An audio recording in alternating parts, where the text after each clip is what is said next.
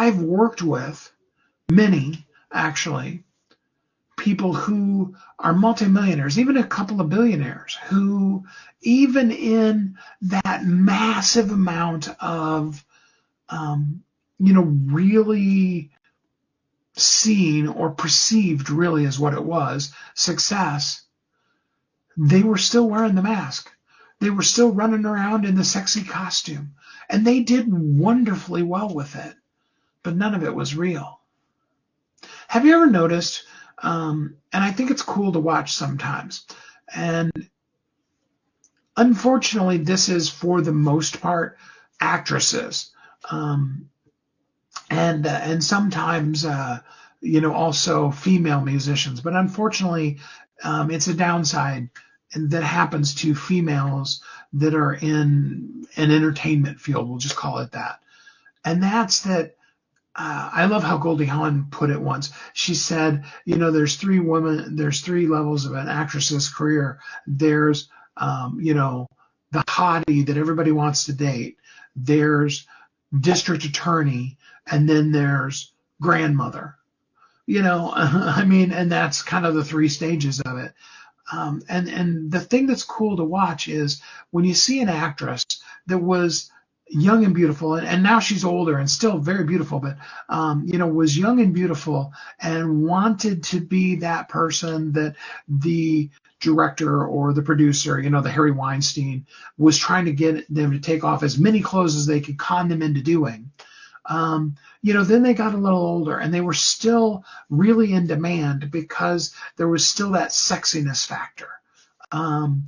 Think Kathleen Turner, when she was, and then she transitioned and she did the voice for Jessica Rabbit. And then later on, she showed back up as that, that kind of mock version of the reality trial of the, the mom that was the mom that kneecapped the other cheerleader girl. I don't know, maybe you never saw that one, and she then looked mom, but, perfect example of that kind of thing. I think of, what's her name? Jessica Alba, and the transition that she went through from way back when it was Dark Angel that she was in and all the shows that she's been in and now. And you're seeing that happen with Scarlett Johansson right now too. And what happens is they get to that certain level, 35, 40 years old, super old, right?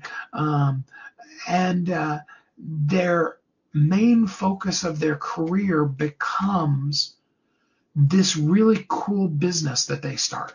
They have, like I saw Cindy Crawford the other day, and she has some kind of makeup or skin rejuvenation thing is what I think it was. I don't know. I don't really pay attention to commercials.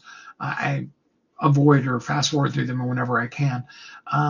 But it was interesting to see because her, and a thousand other ladies you can think of that were wildly in demand, sex objects, really, some of them even did, spreads in Playboy and things like that, that then they got to that certain age. And even though, and I love how this, relates to our whole naked, seen, and vulnerable and valuable thing, because even though they did all of that nakedness, they did it as the mask of who they really were. And then they got older to the point where people weren't asking them constantly to take their clothes off. And they got to be able to focus on the things that really made a difference to them. And some of them it isn't businesses. Some of them, I can think of a couple of them. The one that comes to mind is Lisa Whelchel, who you may remember played Blair on Facts of Life. And what she really, really, really leaned into when she got, out of being, a teen, whatever, celebrity, was she really, really got into and really loved being a mom. And later when she went through a divorce, she really went into, helping women really deal with, having a marriage fail and still feeling good about who they were as a person. And I love all of those different people as examples because I love seeing the real them finally coming out. You see, the world told you that, going on, I don't know, OnlyFans, whatever, taking off as many clothes as you feel like, or showing pictures of your food, or doing all the other things that people do to become quote unquote influencers, those were the things that were good for you. And that was what was going to make you the massively wild success. And unfortunately, you made a lot of money doing it.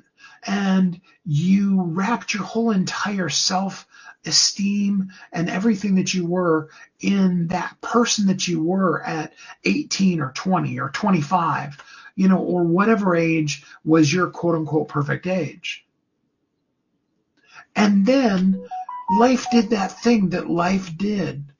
Yeah, it constantly changed. You continued to age. You got older. You got wiser. You started realizing that, if all a person valued you for was how they could objectify you, that wasn't enough.